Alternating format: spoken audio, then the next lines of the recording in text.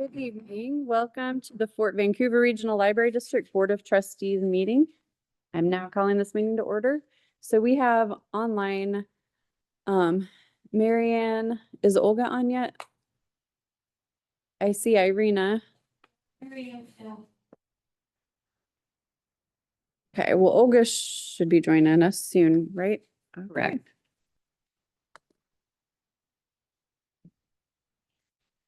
Is there a motion to approve the agenda as presented? So moved. Second. Is there any further discussion?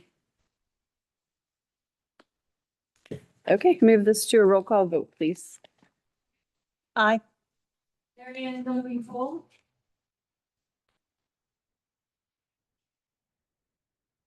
We can't hear you, Marianne. She raised her hand. Okay. Is that an aye? Okay. Can you hear us? Yes. Marianne? Do you have an extra pen? I've lost Yes. pen. Olga. Here. Thank you. I got one. Morgan, Aye. Karen Williams, Aye. Irene Margarita. Aye. Megan Dugan. Aye. All right, so motion passes. Thank you. Marianne, do you have a question? Okay.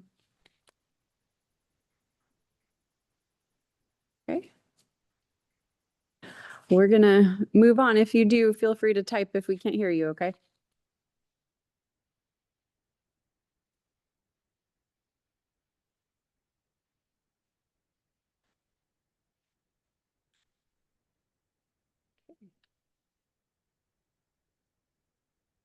Will you guys let me know if she types anything? Thank you. We are going to begin public comments. You'll have 2 minutes to speak. We'll take up to 1 hour to hear comments. Please no clapping or noise during or between speakers. No inappropriate language. Please be respectful of one another. And you'll stand up here on the red carpet and direct your comments to the board. No playing of recordings or videos. And please say your name before you begin. All right, we can go ahead. We have for virtual comments, Kimberly Elbon. That's her hand raised. She hit it. And she doesn't know how to put it down.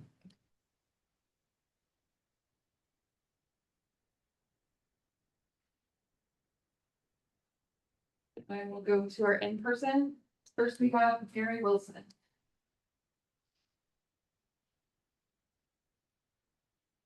Thank you. Oh, Gary Wilson.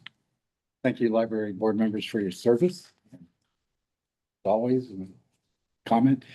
Please continue to err on the side of caution when it comes to programming for the most vulnerable patrons, the children. Good job. So, thanks. We have Randy Schmidt.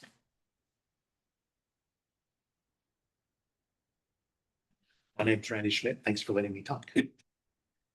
We hold these truths to be self-evident, that all men are created equal, that they are endowed by their creator with certain inalienable rights, that among these are life, liberty, and the pursuit of happiness.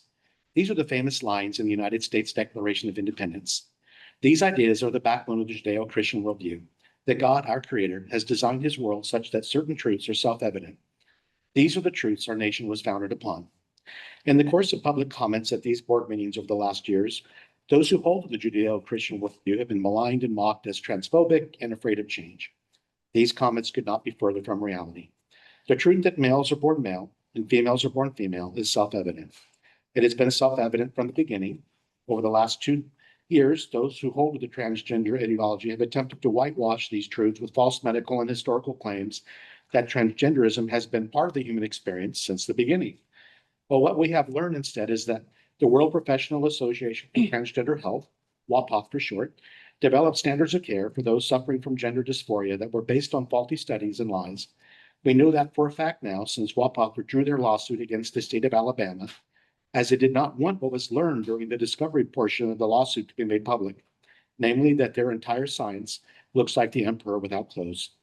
As a Christian, it is my duty to stand up for the weak and the marginalized, to stand against the lie that pushes to groom our children to accept the transgender ideology. This lie causes children irreparable harm and is unacceptable. Thus, I request that the board pass a policy against drag queen storytelling to protect the children of our community. Thank you. Next, we have Maureen Newson.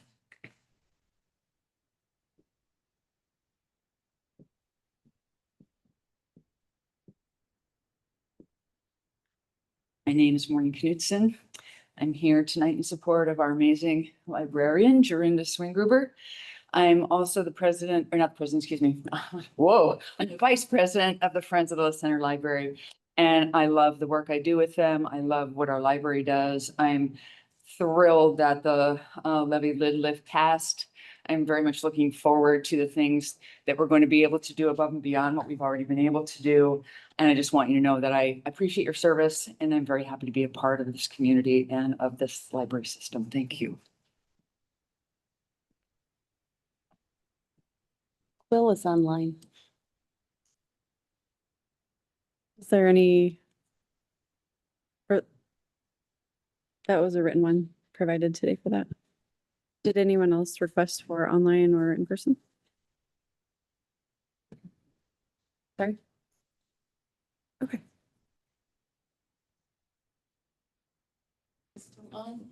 You can check if that person came on.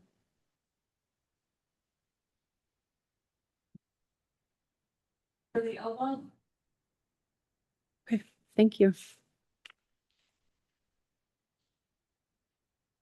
All right, thank you all for your comments.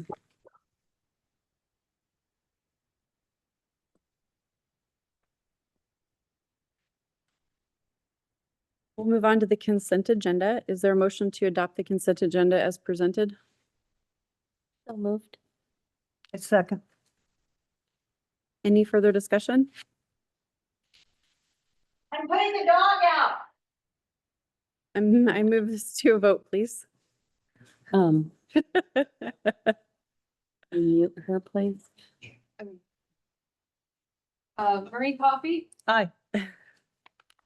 Marianne Cole, Olga Hodges, Aye. Christy Morgan, Aye. Mary Williams, Aye. Karina Katarina, Aye. Megan Dugan. Aye. Motion passes. Thank you.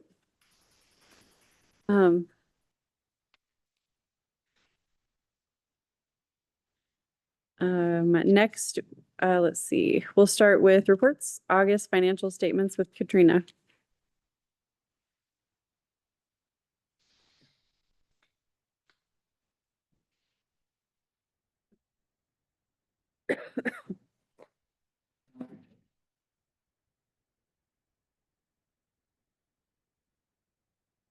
Good evening.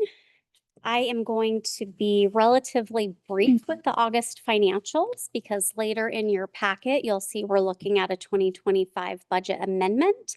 And August is the month that we use as our year to date to base that amendment off of. At any point in time, if there isn't something that I covered and you have a question on, please make sure I get to you. If I don't have an answer today, I will circle back with an answer. Starting on page 15 of your packet, we have the statement of cash through month end, August 2025. You'll see that the district has just over $17 million in cash as of the end of August.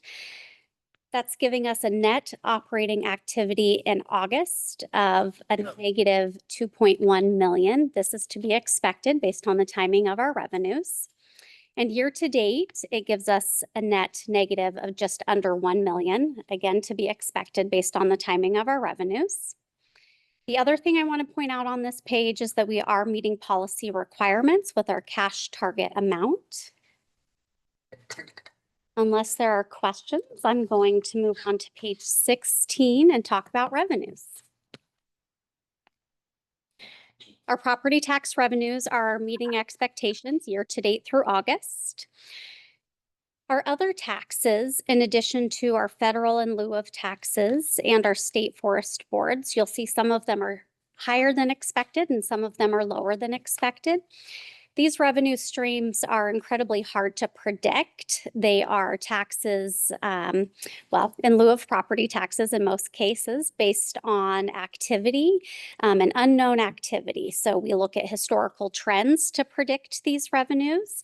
And sometimes we do a great job and other times we miss the mark. So we'll be adjusting those. Our non-resident borrower fee is also above where we would expect it to be year to date, and we'll talk more about that in the budget amendment. And the other area I'll call attention to is miscellaneous revenue. As we all know, we had the fire at VA in the server room.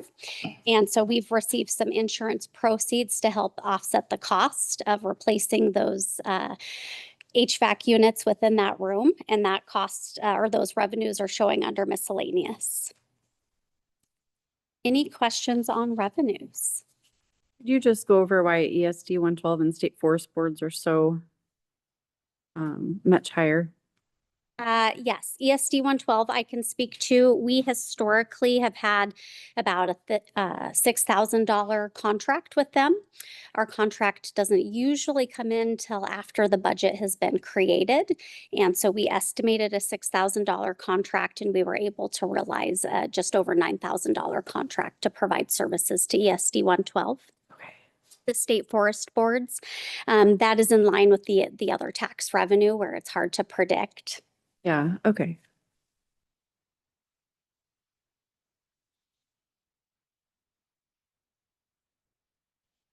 That was it for me. Any other questions before she goes on? Okay. Okay, moving on to page 17, our statement of expenses. Our personnel expenses are trending in line with the rest of the year, which is below budget.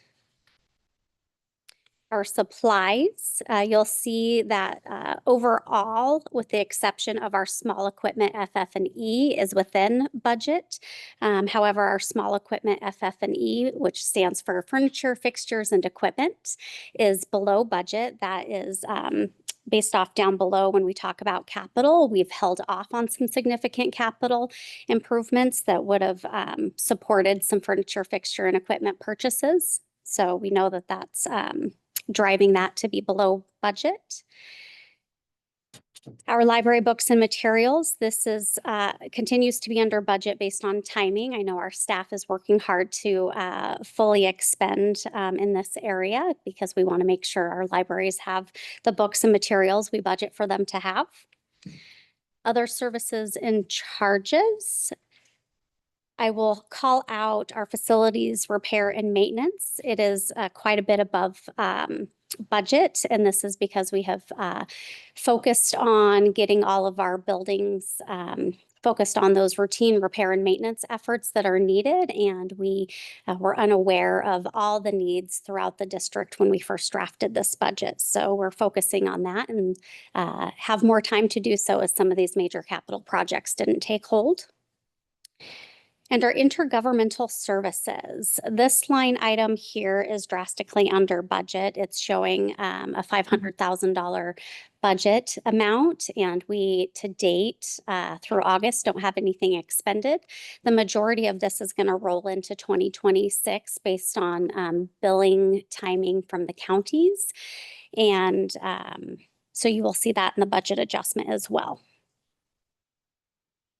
And it's for our elections costs. Sorry, I didn't mention that.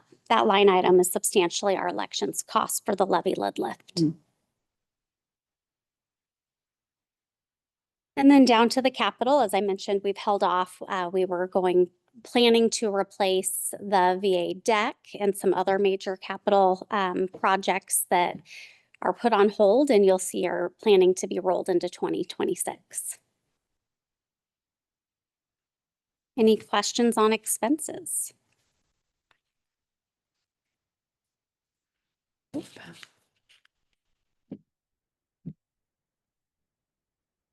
Is there a motion to receive and file the August 2025 financial statements as presented? So moved. Second. Is there any further discussion? I move this to a vote, please. Green Coffee, Aye. Mary Ann Cole,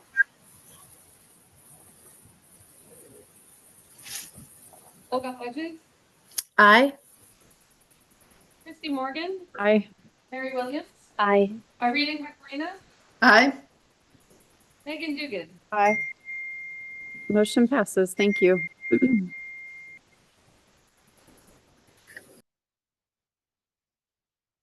Next is FVRL Organizational Report with Alicia and Jennifer.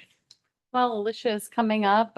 You do have a presentation a little later on bibliocommons, but we did go live in September. Yay! And want to congratulate Julian and Lynn and Brenda and all of the team that worked so hard to bring this to life. And I'm excited to have you see the presentation later. The other thing I wanted to mention is that we had an amazing authors and illustrators dinner last week, and Jenny is here. It's not her turn to talk this month, I guess, but certainly, Jenny, if you have anything to say, you can come up during this time. I like to Put her on the spot, right? Just tell us how amazing the event was. And xylophone spot. The exact spot. So yes, it was a really good year for libraries. The event was a huge success. We were sold out in the Hilton, and it was a record-breaking fundraising year for us. So it's a real great sign of our community's commitment to our libraries, and we're hoping to keep that momentum going and growing, and that's a focus for us moving forward this year. And it was so fun. We happened to be in the center, and it is one of our La Center friends that Kathy won the ring. Raffle. So that was amazing. yeah, too. we're really excited for her. We're really grateful for all of our friends and their commitment to the library. So Yeah. And thank you to Jenny and the foundation team. They're amazing partners, and it was a lot of fun. The author was amazing. it really was. Robert goes by Bob Goni, was so amazing, and so great to listen to. You know, every year is just a little different. You never know how the authors, what they're going to do, what they're going to say, but it was really great. People really enjoyed it, and it was our best one yet. So thank you. Thank you. And I'll have more to report back on financials once we get all the results in and the costs, but it was a big success. So thank you. Thank you so much.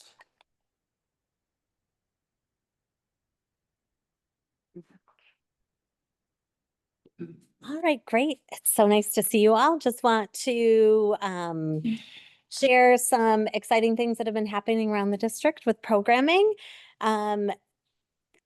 Cascade Park, we had the 4th annual Teen 5-Minute Film Festival premiere, and that was held at the Battleground Cinema and very well supported by Battleground Friends as well as Cascade Park Friends. It was really amazing to see the teens and their families and their parents show up, and what a really nice way to have it in an actual theater so that they could see their hard work on the screen. I was able to attend. It was really great. If you have a chance, check out our YouTube channel and you'll be able to watch them, but it was really great. So that was a lot of fun. We also hosted the FVRL Library Card Design Competition launch party at Vancouver. All 5 artists that won were able to attend, and they received a giant size version of their card design. That was really great to see, especially for the younger ones that won. It was amazing. 117 people attended. And were able to get library cards. So it was really great. And shout out to the Vancouver friends who generously supported that event and also attended. So that was great. And then this was also for Vancouver, but they shared a patron story, which I love these. A patron shared with staff that he used LinkedIn Learning on his morning commute to improve his coding skills. And he was able to streamline a process at his work, which earned him a promotion. And he told the library that he credited the library's e-resources for his success. So those are always great wins when we hear stories like that. So that was really lovely. Vancouver Mall hosted the 4th annual CoveCon. It's a pop culture event that takes over the entire mall, the library, tables outside of the library. They had cosplay repair station, button making, and a craft. They had over 320 people visit their table. So that's another great way that we're connecting with patrons. So that was really nice. White salmon, they tabled at the Trout Lake Resource Fair at Grange Hall. This is another way that connecting with community partners and also connecting with the community. Red Cross, the American Red Cross was there, as well as the Washington Gorge Action Program, WAGAP. I like saying that. They also held 2 pop-up story times in Rheingarten Park and had about 75 people. So it's always nice too to be able to take programming outside of the library and get folks to show up.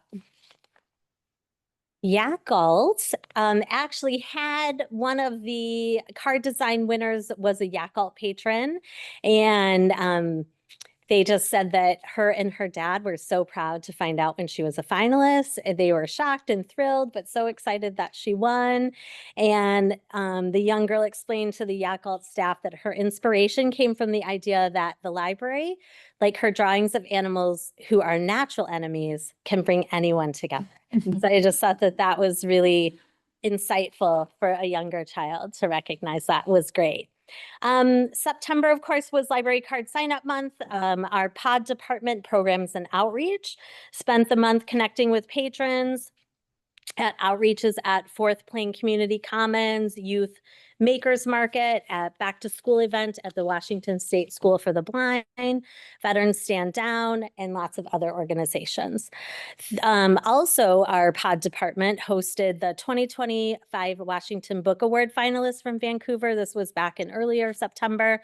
Michael Freeling and Satsuki Takakawa held a discussion and translated poetry from Japanese American internees at the Portland Assembly Center during World War II. So that was really great program. All right, and that's all I have for you.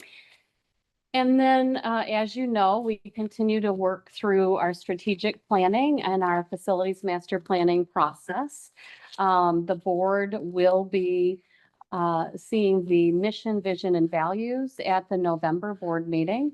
And then at the December board meeting, which I hope you all can be there in person, would be the presentations from the consultants with the final plans for you to consider for adoption.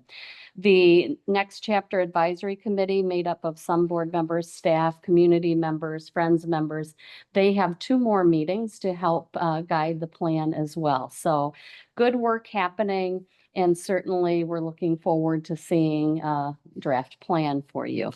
I do want to point out on page 34 of your packet that we continue to track on our cardholder rate, and it's now 34%. So less than 2 years ago, it was 26%. So we've made great progress over this time. Certainly this year has helped tremendously with all of the outreach we've had. Also, I want to point out another interesting fact on page 36. If you looked down the spreadsheet under the change column all the way toward the bottom, location total, we have actually circulated 5% more in this September over last, and had 21.72% more visitors. That's pretty incredible. I think a lot of that can be credited to the amazing outreach that we had over the summer. So it's just good to see people are using their library more and more. And so we'll continue to track on all the things that are good. We already heard from the foundation. They have some notes in the packet, but that's it unless you have questions. Thank you. Thank you so much.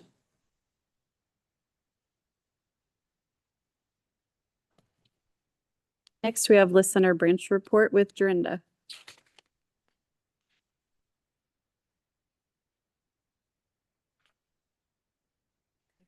Yep.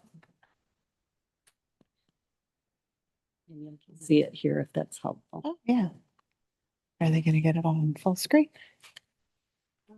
It is up. Oh, are you putting it on full screen?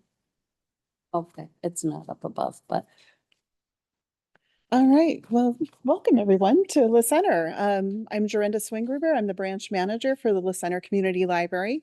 And I want to welcome our board here to our branch, even though we're not here at the branch, we're at the community center. and why is Um, that, Joanna? Well, that's because we're a very small building. And in fact, we'll move on to the next slide here. Our building is over 100 years old and it's in a historic building for the town. This used to be the hospital, drugstore over 100 years ago. And the building has had many reiterations. And finally, in 2004, the community did a lot of fundraising and renovated it, pretty much gutted the entire building and turned it into the beautiful library facility that you see on the right here. So I invite you, even though we're not there right now, to come and visit us sometime and check out our beautiful, beautiful library. It may be a small branch, but it's heartwarming to hear from so many of our patrons that they love our small, friendly little library. And it is a big part of our community here. Oops, there we go. And that friendly, helpful vibe is created by the amazing staff that I have at our branch. And I wanted to introduce them to you. Let me start with our two youngest and newest employees, Heidi and Madeline, our part-time public service assistants, both college students. And in fact, they are so friendly and their smiles are so heartwarming that they create such a great environment for our library and welcoming for our community. Heidi was just awarded the WPEA scholarship for college, in fact. So I have to brag a little bit about my staff. And then moving on, I have two senior library assistants, Terry and Lori, who have been with the district for, Terry is celebrating 5 years now with us. And she does a lot of the great programming that we see at our branch. And Lori does our preschool story time. And I think we even have a picture of her doing one of our story times. So between the two of them, they are great powerhouse programmers. And finally, I have my branch supervisor, Susan Hella, who's phenomenal. And I wanted to tell you a little known fact about Susan today.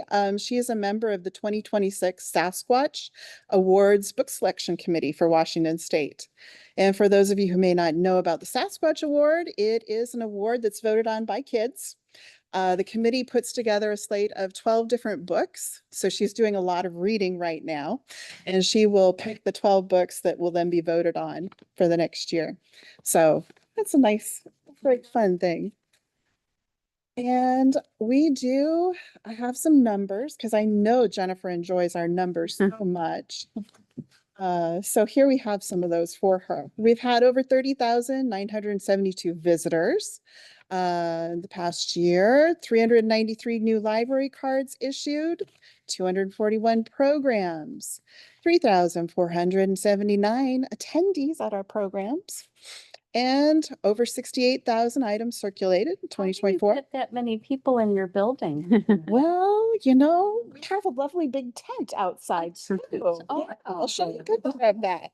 Yeah, we moved some of our books out there. No.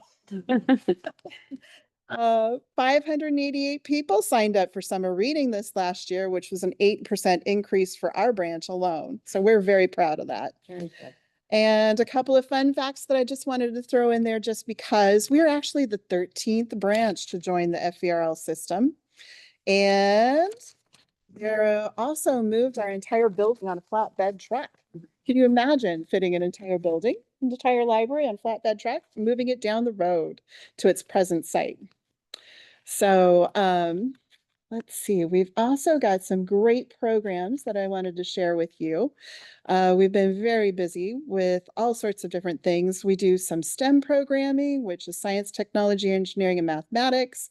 And we have done featured bridge engineering, tech petting zoo, Rube Goldberg machines, which is a highly attended program.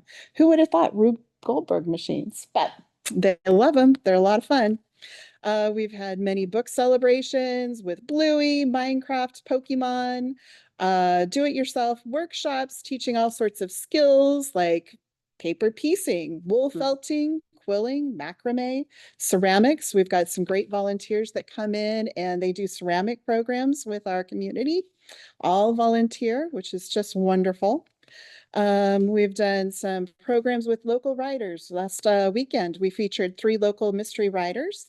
And that was a fun event. We do gingerbread houses and all kinds of great stuff. Centerpieces, lots of fun things going on. As well as some great summer things. Jennifer was talking about how we fit everybody into our branch. Well, sometimes we just can't. And so in the summer, we have a tent that we set up on the front lawn and we do most of our programming outside. This summer, we had some record attendance. We had the Reptile Man where there were over 400 folks that showed up for that. Of course, they didn't fit all under the tent either. Right. We had an egg drop. I don't know how many of you are familiar with an egg drop. It has to do with some engineering. They get a raw egg and they have to build some sort of capsule. And then I tell them the mean, nasty librarian goes up to the balcony and checks it off. And then you've got a picture here of that happening. We also created some stomp rockets and had a lot of fun. Our stomp rockets, actually, it was like the one day this summer where we had some rain. And so it kind of became swamp rockets, but that did not stop the kids. They were out there. They could have been out there for hours doing that. I love that picture. It is an awesome picture. It's just caught in the right moment. And I think it's been used in a lot of library advertising. Cute. He's going to be a very famous young man. We've also had some concerts on the lawn where we've been able to feature local musicians like the Vancouver Community Jazz Band. We had the Minidoka Swing Band come out and entertain folks. And it's just a nice way to end the summer with a nice concert on the lawn. People can have their picnic dinner and hear some great music. So along with the great programs we do, our library, even though it may be small, functions as a great place for the community members to gather and socialize and enjoy each other's company. And so we see a lot of great groups coming through. We have a genealogy group. There's book discussions for all ages that are happening. We have a writers group that meets. Several of these folks have been published and they get together to critique each other's work and to share ideas and resources. We've got a group that shows up for junk journaling, which was new to me. I had not heard of junk journaling, but it looked like a lot of fun. So they bring all their things and they work on that. We have a fiber arts group that meet up, homeschool groups, mom meetup groups, lots of teens. We've had a few teens coming in and they're doing some D&D campaigns where they just meet up and they like to have a space and the library provides that for them. We've also got, and when folks can't make it to the library, we find ways to get out into the community and reach them where they are. We have 6 monthly story times where we visit local preschools and daycares to help provide a foundation of literacy in our community. We are at a lot of different community events. Here we've got our Days parade. We have our arts fair where we provided some of the children's activities at that community event. And we also are out for our Christmas, our tree lighting celebration, where the foundation and our friends group have free books that we provide to kids during that time. We partner with 2 different school districts. We're at the Center School and the Green Mountain, which was a K-8 school that is out in the hills of La Center. And our crew goes out there once a month with books for checkout, along with book talks for the students, as well as story times for the kindergartners. So we also do Kindy Cub Night, where we are talking to families about different library resources and handing out library cards. And a lot of summer reading promotions too happens in the schools. Our partnerships, we've been able to partner with the La Center Fire Department. Let's see, we don't have a picture of that. Oh, there it is. You can see right here, we had a family fire prevention night where the fire department showed up with a fire truck And we had some expired fire extinguishers, so the families got to test their skills and learn how to appropriately apply a fire extinguisher to a small fire. And that's where we got another great photo. I have some great photographers on staff, by the way. They always manage to get a really good shot.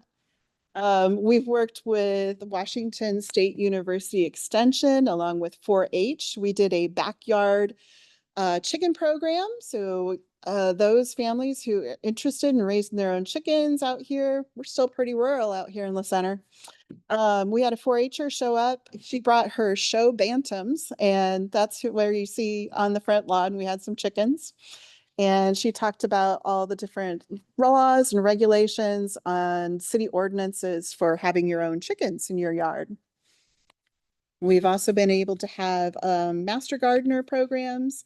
We've worked with our volunteers through therapy dogs and teams that bring in, they help with Read to the Dog, which provides some great places for folks to help with reading skills.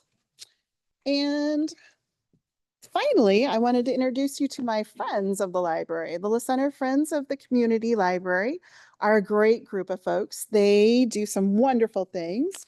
We have 13 active volunteers who show up for the monthly meetings and help make possible so much of our library work. They're a fabulous group. They come, they schlep books every which direction to and from the library and for sales. We have sales in the summer on the lawn. We also have sales in this building when we can. And all that money helps us to provide some great programs like gingerbread decorating houses, our centerpiece workshop, and they also provide all the refreshments and any kind of prizes and that sort of things, and lots of free books that we hand out at various events. There's several with us tonight. Yes. Do you guys raise your hands? Wonderful folks. Thank you for being here tonight. And the money, of course, comes back for performers and all of the other wonderful things, the funding that we do. Not only do they work for book sales, they also help us in our parades in 100-degree weather when that happens. They are just very passionate group of people who really care about libraries and books and getting those books into the hands of our community. So we thank you. And on that note, if you have any questions, I'm happy to answer them. What's on the screen there, Jorinda? Oh, this is a love letter that came through at a friend's book sale. They put out one of those oversized Post-its for the public to just write messages about what they liked about their library. And this was right before the levy lift happened. And I think some of these are just so well thought out. I know the screen is really, really small and you probably can't read very many of these, but there's some that are just really lovely on there. The amazing staff, books, getting books. I love everything. Everything. Yes. So thank you again. Any questions?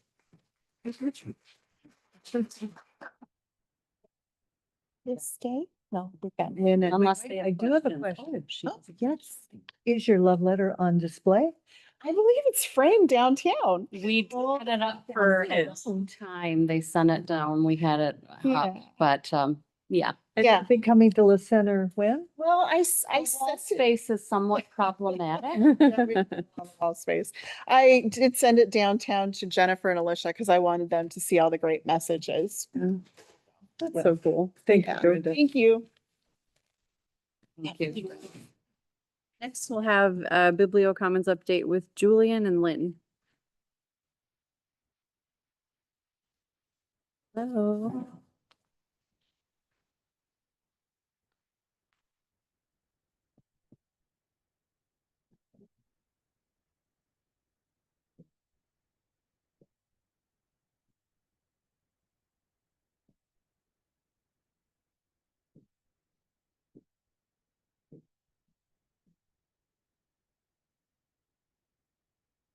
Was that? Yes, thank you. Button is.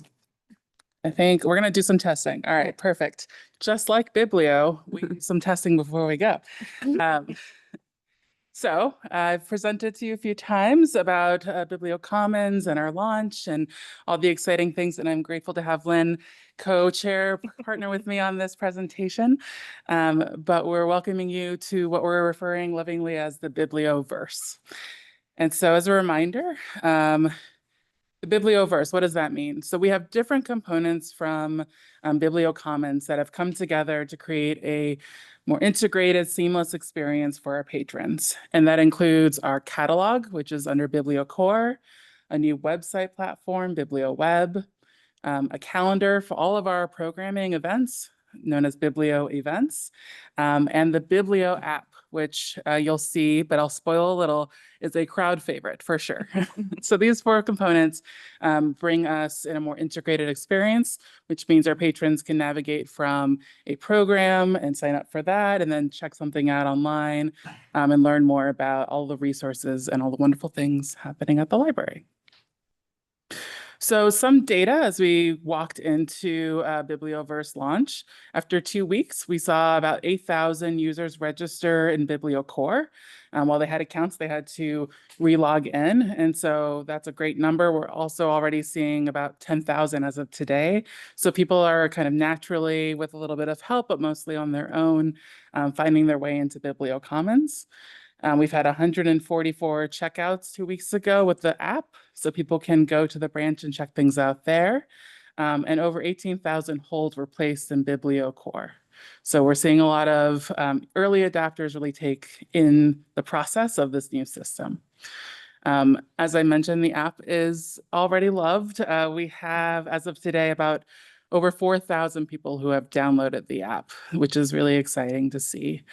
And so we're going to walk a little bit through the 3 favorite things that we're noting and hearing from our public, but just something that we saw when we launched the app on social was a long string of folks commenting about how much they loved it and how they've been waiting for so long for this. So that's really encouraging to hear, as well as some comments coming in about the user friendliness of the website that makes it engaging for them. So Lynn's going to walk through a few of those pieces. Yeah. Yay app. So that's one of the biggest things for us. Through the app, you can register for events and see the events, and you can share events also with people, which is really great. You can check out items from your phone. So we've got the little green arrows there are pointing to the little checkout cart. You see that?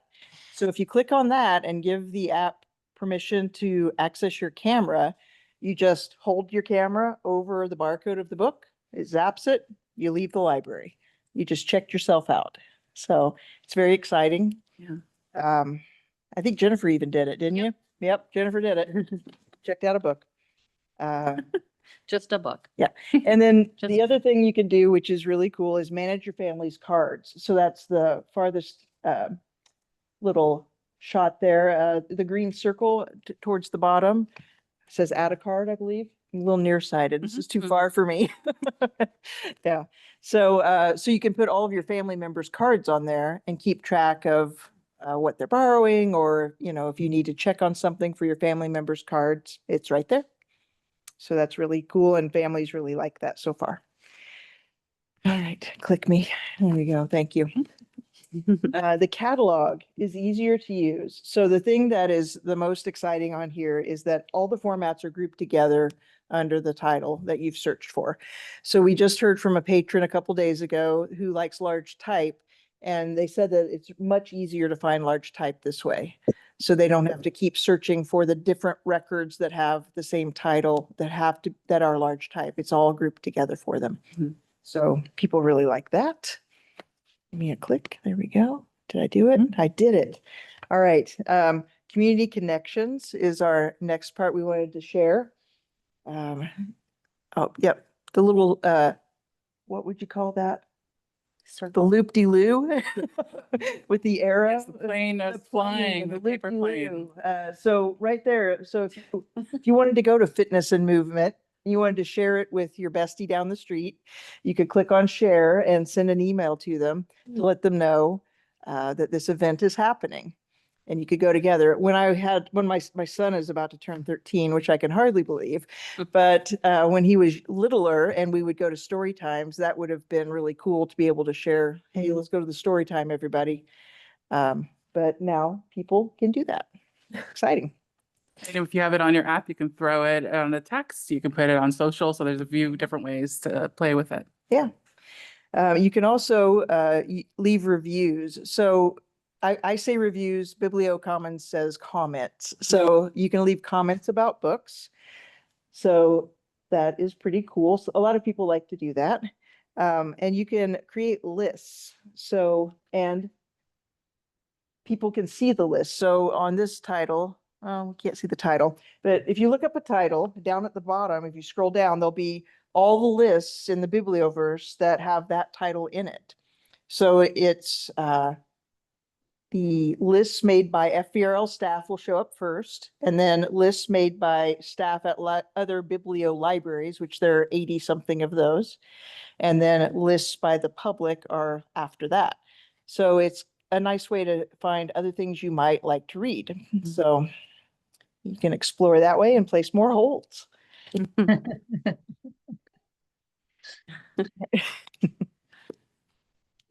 it. There we go. Don't want to move. There we go. Yeah, okay. And then we also wanted to highlight that we've moved art at the library to its own page here.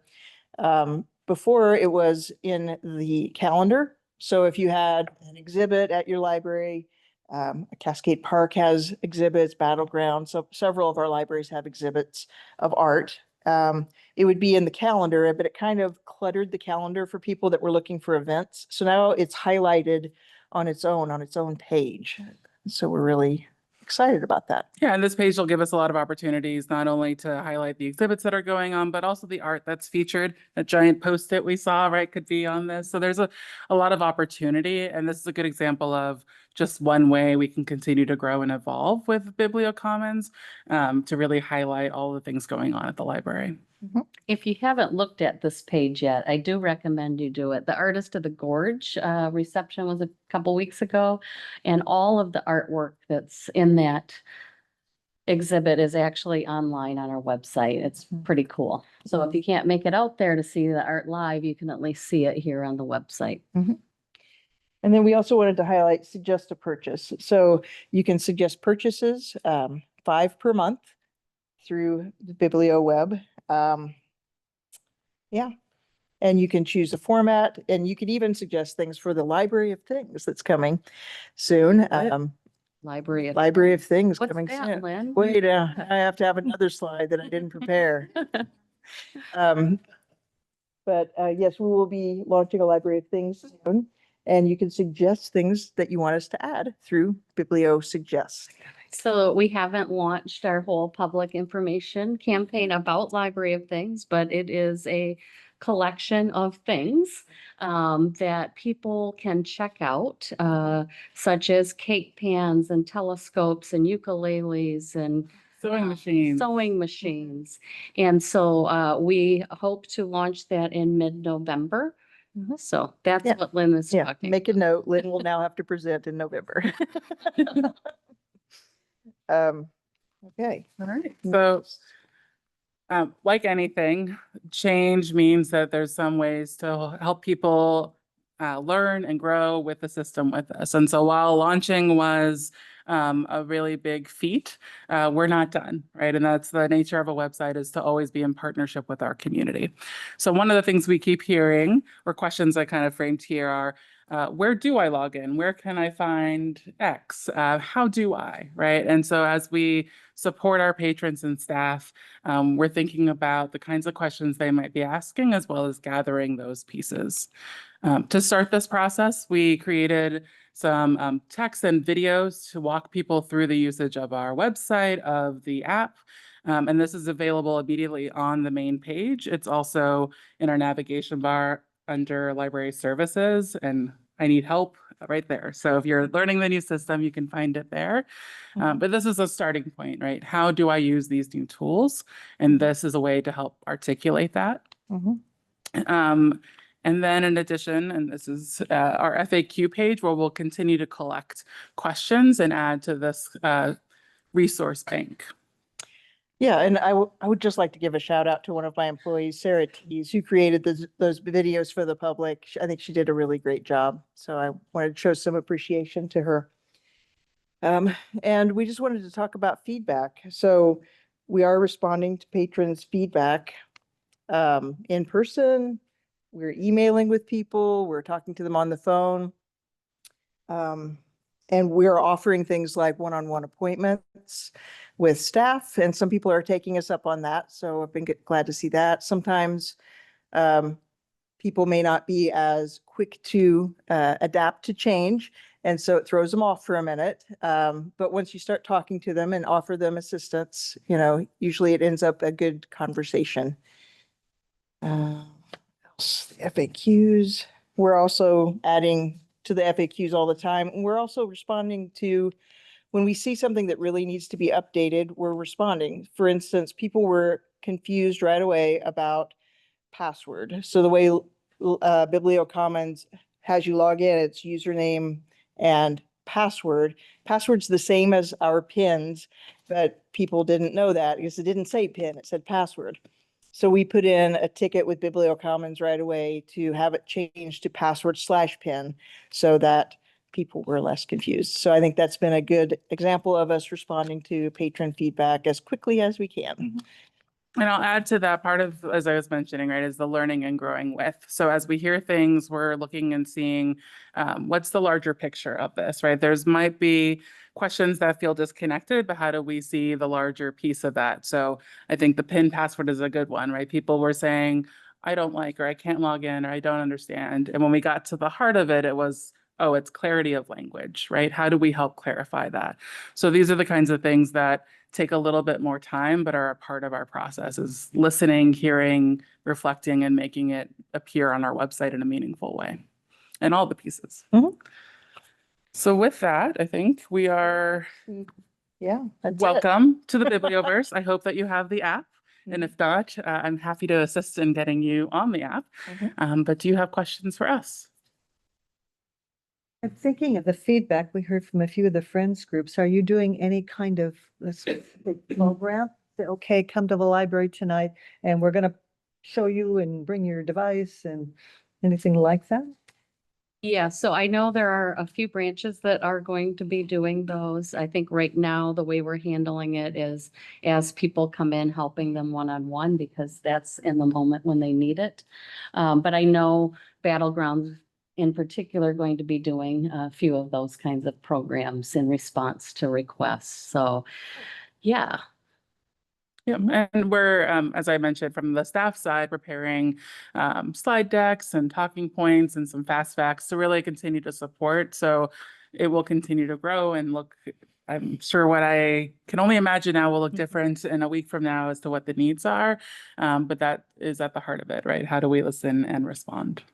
We had one comment online tonight from Judy that was thanking us for on the main page, the events, you could see the board meeting on the main page today. So she was thankful for that. And I would say our staff at large has done an incredible job learning all of these new tools to turn around and then help our patrons. And so they still are learning. They are not power users quite yet, but they're getting there. And so we're all kind of learning together as we go. But the discovery tool is such a vast improvement from what we had.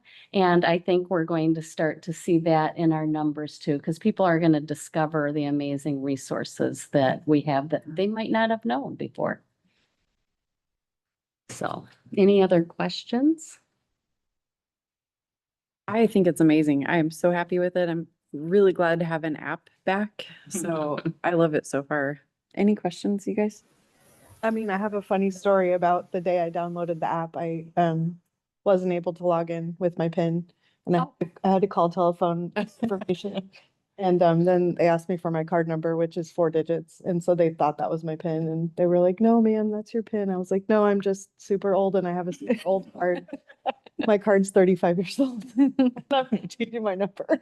Yeah. So anyway, your card expires and you have to renew it every 2 years and update your information. So that was me. I was just happened to be expired that day. Good catch. Like, help. Did I hear something online? It just, Go ahead, Marianne. it was just a comment that that's well done. I'm really excited about the progress we're making. Thank you. I just wanted to say it's really has a lot of fantastic features that are especially helpful here in rural communities. I feel like I'm tapping into more resources and discovering things that weren't for me maybe easy to find. So really appreciate it. It's a lot of bang for our buck because we get to use a lot of stuff that maybe was harder to find before. We've already as a family taken on brought in more stuff that we just wouldn't have found before. So appreciate it. Thank you, Olga. All right, thank you. Thank you. Thank you. Thanks for doing this biblioverse journey with us. Awesome.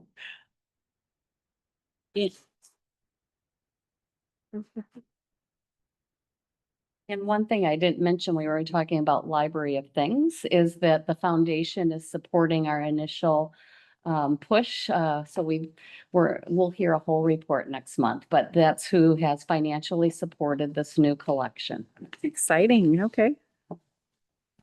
Next is Business Facilities Finance Committee, the 2025 budget amendment first read. So before Katrina gets started on walking us through our first reading of the budget adjustment, I want to take you back a year ago when we planned our budget for the year. We hadn't yet voted on putting the levy on the ballot. And all the changes that then came and how our work flowed throughout the year. And I mention this because there were several projects that we have not been able to do this year that will get pushed forward into next year. And you'll hear that throughout this conversation. And it wasn't because we didn't want to do it. It was because we knew we had to put as much energy as we could into the levy lid lift, which was a big lift. And so that's part of what happened. We also had a total management change in our facilities department, which meant for some of these capital projects, they could not move forward. So I'm just giving that context. It wasn't because we didn't budget well. It was because of how things transformed throughout the year. Thank you. A few things that I will open with is in line with what Jennifer was saying. What is a budget? A budget is a best estimate at a given point in time based on the facts and the information available to us, including historical trends and plans that we have for the period we're budgeting for. So things change with time. The unexpected happens and we pivot and adjust. And so with that, welcome to budget season. It has been a few months since we have talked about budget outside of our monthly budget to actual visits. So I'm going to start off by walking us through left to right how these documents are set up. So on page 48 of your packet is where we'll start with the draft amendment 2025 revenue budget. So on the far left there, you'll see our 2025 year-to-date August actuals, which we spoke about earlier. You'll see the 2025 budget as it was adopted. And then you'll see the budget amendment changes that we're proposing. So whether we're increasing or decreasing in a particular line item will be here. And then our final 2025 budget as amended that we are proposing to you.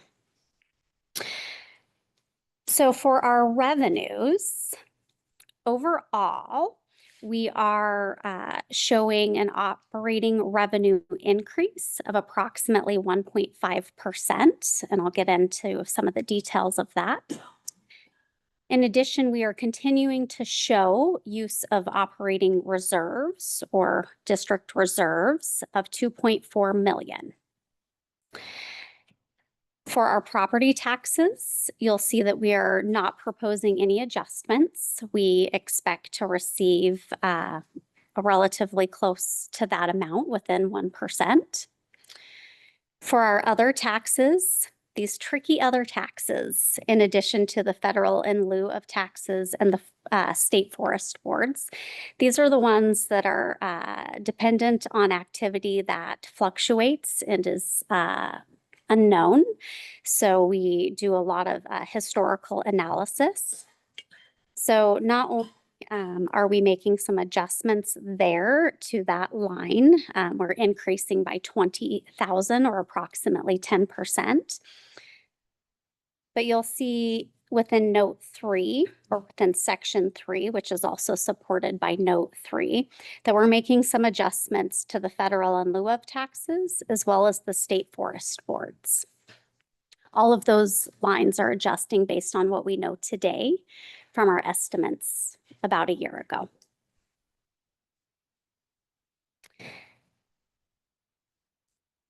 Note 3 otherwise, or those revenue streams under note 3 otherwise, are overall increasing about 8% based on our recommendations.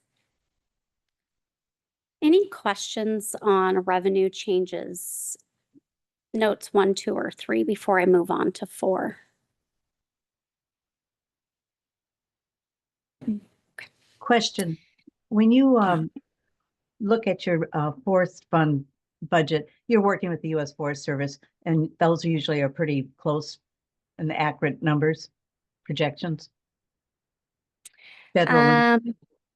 Not necessarily, Mary Ann. These are the revenues that are hardest for us to predict. The other Okay. taxes, the federal in lieu of, and the state forest boards are all extremely hard to predict.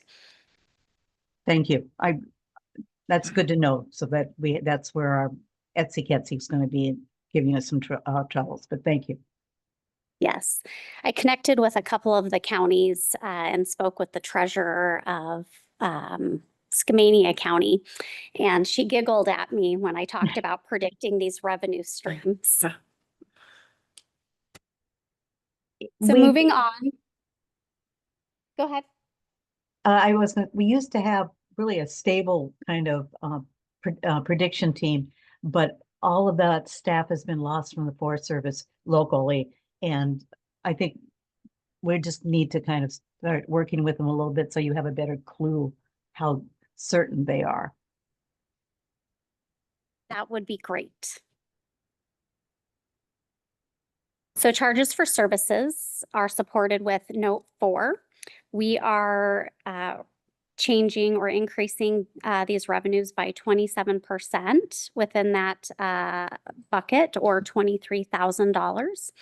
And this is showing that our equipment use fees, our non-resident borrower fees, and our lost and damaged material fees are all trending higher than we expected. So all of our charges for services, so we're going to adjust there. And then our favorite category of miscellaneous. So overall, miscellaneous is increasing by 57%, or just under $400,000, which is quite a bit. So let's talk about why. The two primary areas that this is increasing is under investment revenue. So as we've continued to talk about the things that we have not been able to do, this has allowed us to retain more funds. In addition, the economy is such that we are realizing better investment interest than we initially expected to. So those things have us adjusting our investment interest expectations through year end. And the other significant change here is under our miscellaneous to represent our revenues that we expect to receive through the insurance reimbursement for the VA fire. Those are the most notable changes under that category. I mentioned at the beginning that we are continuing to plan to use just over 2.4 million of reserves. This is a decrease of what we initially planned to use. Our initial budget showed 4.7 million use of reserves, and now we're only estimating to use 2.4. And this is substantially associated with the capital projects that we're not moving forward in 25, but going to roll into 2026. Any questions on this section? Did you refer earlier to the non-resident fee and you were gonna Yes, we more are. to come on that? No, we can talk about it now. We are increasing that amount to be more in line with what the year-to-date trend has been. That's the change we've already, okay. Yeah, this is the amount that we're now collecting. So when we did the budget last year, we had not yet changed the methodology of what we were collecting. And also Woodland opened around the time we were budgeting, which that's where the majority of our non-resident fees come from. And just for everyone, non-resident fees are paid for a library card when you live in an area where you don't pay for library services. So for example, unincorporated Cowlitz County. So that's right on the border of the city of Woodland. So that's where all of, well, a good percentage, I would say about 80% of our non-resident cards come from that area. We expect this trend to continue because, well, it's a fabulous library. So that cost of that card is equivalent to what an average taxpayer in our district pays. We'll look at that policy again in the early part of 2026 to adjust to the new rate as we have a levy lid lift that passed, and we'll have to increase that rate. All right, thank you. Absolutely. I like it when Jennifer answers the questions. Okay. Moving on to page 50 and 51 of the budget amendment. So again, high level, we are proposing an operational decrease over the adopted 2025 budget of 3%. And our capital decrease is where you're going to see most of the activity. It's going to show a decrease of 38%. Going to note 1, so our first section of our expenses is always personnel. So under personnel, we are decreasing that budget by 4% to accommodate for long-term vacancies. The benefits that are salary driven associated with those vacancies. And we also realized a 39% decrease in the PERS rate, the employer paid PERS rate in 2025. So we're adjusting to accommodate for that. So that rate is set at state level and they tell us what we need to pay. And the rate went down substantially at mid-year. So we don't expect that it will stay that way for a long time, but that's what it is right now. How often does it change? It could change several times a year, we've seen, but there's no real target to when those changes happen. Okay. Yeah, there's been, I was looking at it today with Vera, and there are times where it'll change in July and then they'll turn around and change it again in September. And so it's hard, and then there are times where it'll go a couple of years without changing. Right. All based on the actuaries. Moving down to supplies. Our supplies budget is decreasing by 15% over the 2025 adopted budget. As we mentioned earlier, this is substantially within the furniture, fixtures, and equipment budget line item, most notably related to the Three Creeks refresh project that didn't materialize in 2025, and we expect to move that forward into 2026. There are other minor adjustments within that category, but that is the most significant one. Our library books and materials, I don't have a note on that one because although we are moving some money from library books and materials line to electronic resources, that budget line as a whole is not changing. I do want to make a comment there. I did send the board information about a major library vendor, Baker and Taylor, that is going out of business at the end of the year is what we've heard. While we have used them and they had been our primary vendor up until last year, we went out to bid on collections last year, and Ingram Content Group is our current primary vendor. I think we had about $7,000 on order with Baker and Taylor when it was announced that they are closing. So we have made sure that we're either going to get those items or we have canceled those orders. What this means is that the market has a lot of pressure right now with very few providers to go to. So Ingram is now the largest. There are some smaller vendors, and Amazon is trying to get into the library market now. So the whole market overall will shift, and we are paying attention to it and watching it. But what we also know, and why this budget adjustment was made, is we have to always look out to see how much do we think we will be able to get in this year. And also, we continue to track on demand of the electronic versus print. And electronic continues to grow and outpace print. We will continue to have print. Don't be afraid of that. But we have to also look at what the demand is. And one thing that is easy is we can order electronic materials very quickly, and they're here. We can't see them. They're in this app somewhere, but they're here. And so that's kind of what is going on there. I am headed to a conference this week where I know we'll spend a lot of time talking about these changes and where the predictions are going. And so we'll keep looking at that. Sorry, Katrina. Oh, I love it. Gives me a chance to take a drink of water. Moving on to note 3. So different than the other notes, this one is saying we're increasing this section of expenses. So our other service contracts is increasing by 5% overall.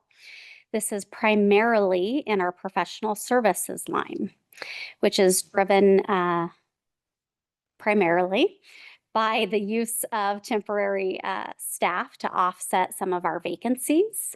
An example would be our payroll, our accounting specialist that processes payroll.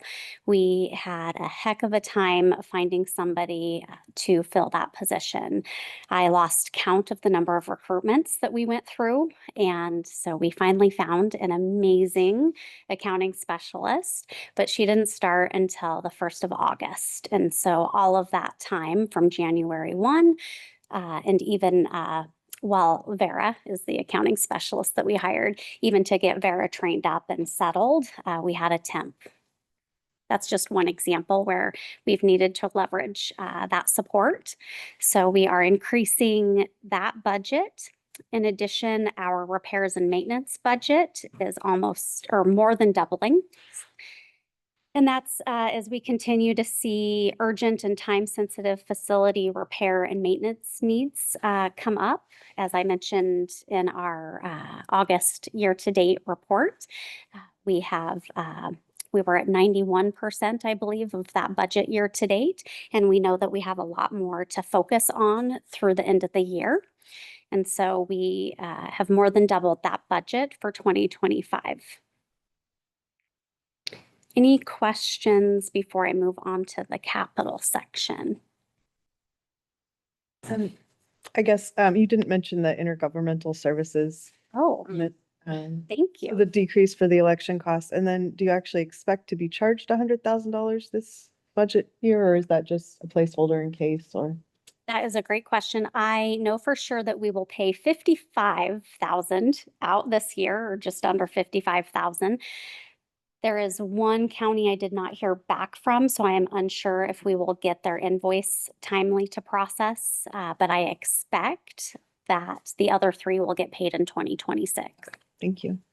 So the decrease is not that the cost is going down, it's actually going up. Yeah. But we won't be paying most of it until 2026.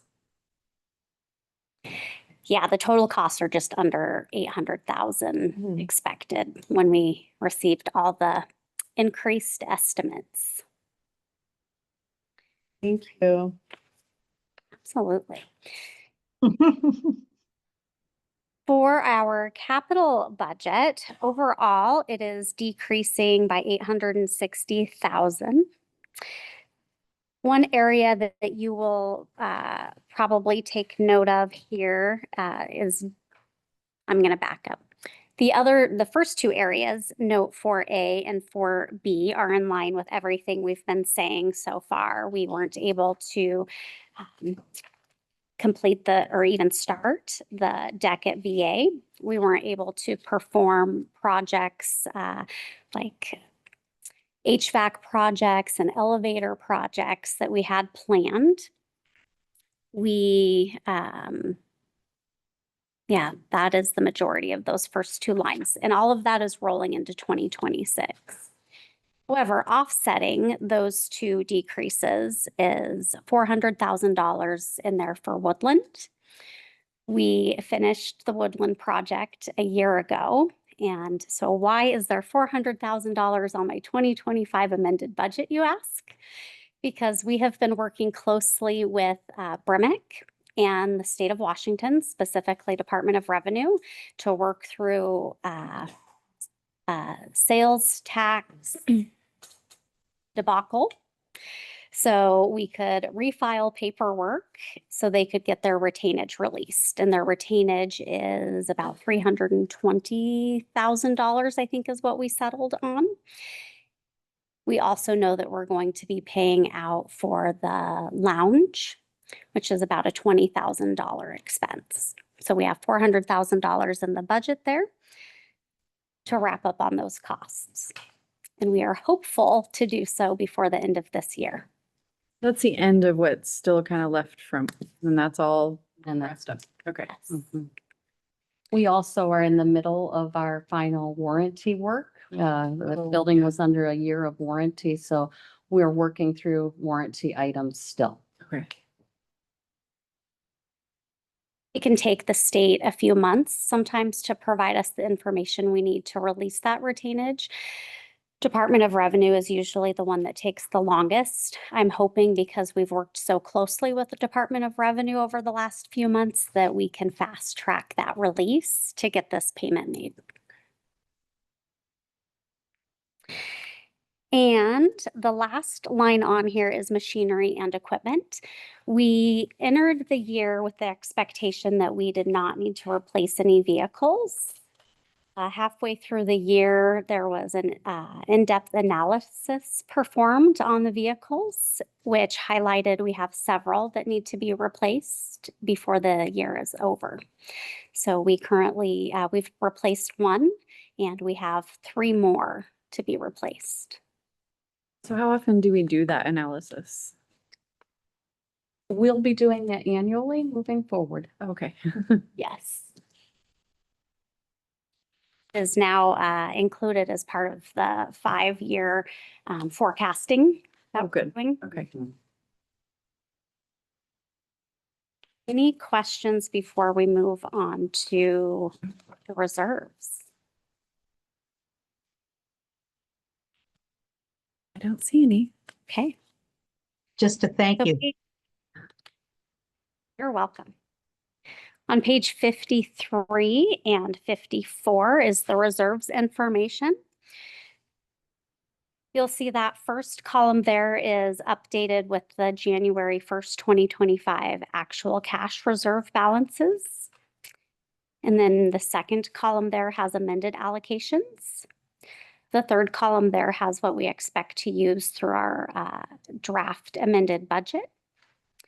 And then the final column there is what we expect to end the year with now.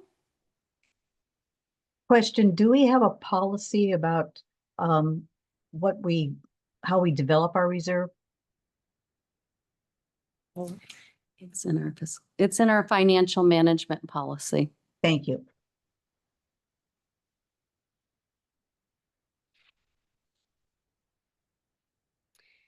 So right on cue, we do in our fiscal management policy have, Fiscal, not financial, sorry. oh, I didn't even Pardon realize me. you said. Same thing. Yeah. We have an expectation to have 60 to 90 days worth of cash on hand to pay our budgeted expenses.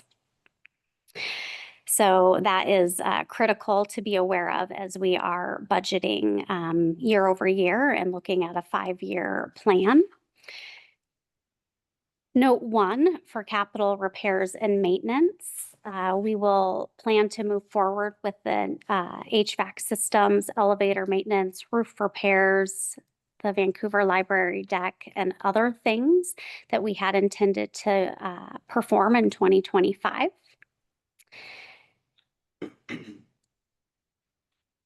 So I realize that that might be confusing with the other things that I've just said. We are continuing to plan reserves in these buckets because we still need to do these projects. So even though we're not planning to do them in 2025, we want to make sure that we have money there. So there is still money allocated under Objective 1, capital repairs and maintenance for several of those things. Thank you. Objective 2, replacement vehicles. You'll see that that line item has increased quite a bit, not only to accommodate what we expect to use in 2025, but to have some money there for future replacements. Capital projects. We have Washougal remains to be on here. We've updated that allocation to be $5 million. I'm going to just speak to that a minute. That's basically a rounding thing. We are in the process of getting the project recosted. That should be complete very soon. And we'll be able to then have a further discussion about what that project will cost and what are the funding streams to support the project. You will recall that opening a new Washougal library by 2027 is something we put in our levy promises. It will be more than $5,000, or I'm sorry, $5 million. It will be more. You see our Woodland Library allocated amount there to close that project out. We continue to have funds for the branch refresh projects, not only what didn't get completed in 2025 that's going to roll into 2026, and a continued amount for our technology replacement and upgrades. This is expected to be used in 2025 for our Biblioverse that you received such a great presentation on. Any questions on the reserves, where they're starting, how they're updated, or where they're ending? No, any? I don't see any. So I appreciate all of Katrina's efforts in preparing this for you. This was your first reading as we move forward to November, where we'd like you to adopt the budget adjustment. There may be some further tightening changes as we look, and we will point those out if that needs to be. But otherwise, this is likely primarily what would be presented for you to adopt next month. I really I'm like the way you sorry. did. I have a books question and- that I was muted and didn't realize it. The technology replacement and upgrades. Would you describe what that includes? Because in my mind, that would be like new computers, that kind of stuff. Is that correct? For this year, it paid for the BiblioCommons software product that you just saw a presentation on. That was what that was bucket was for this year. In past years, it has been for things like you're talking about. Primarily, our annual technology replacements of things we already have are built into our operational budget, not from reserves. Okay, thank you. That helps explain things to me. Appreciate that.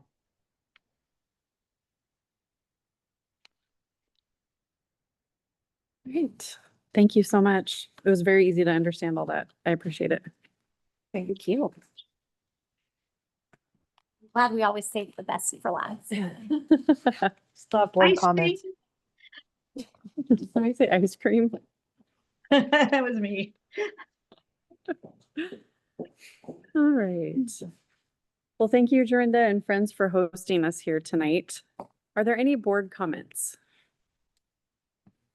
I had such a good time at the foundation dinner and auction. Thank you to everyone who helped work on that. Free wine is dangerous, as Mary and I found out. They just kept bringing more bottles to the table. Drink one, and they brought another. It was scary. It's dangerous. Yeah. Many thanks to Jenny and your team. I know how hard you all worked on that. It was amazing. It was so cool to see the room that full. I was there last year and there were a lot of ticket sales last year, but there were way more people there this year. The silent auction also was smoother this year. It was really beautiful. Like even the lighting was better. Everybody had such a good time. It was wonderful. So congratulations and congrats on BiblioCommons. I love my app and I used a permalink to send social notes out to people today to try to get them to come to our board meetings and participate in the community. It's so easy to do. It's great. So I'm super excited to see all the things that can happen with the new website. And I also think it'll help with our card increase rates because, you know, if you see the value of being able to find your resources, it makes you want to get that card. So I'm excited for that. Totally. And Try thank it you for. Try it on a rainy day.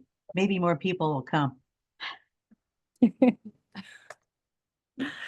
Well, thank you, Jorinda, for a great presentation. Thank you for your wonderful staff that you have and your great friends. We appreciate hearing all that. Yeah. All right, the next regular meeting is Monday, November 17th at 6 p.m. at Battleground Library, also hybrid on Zoom. Is there a motion to adjourn the October 20th, 2025 meeting? I second. Any objections? Hearing none, this meeting is adjourned. Thank you all for coming.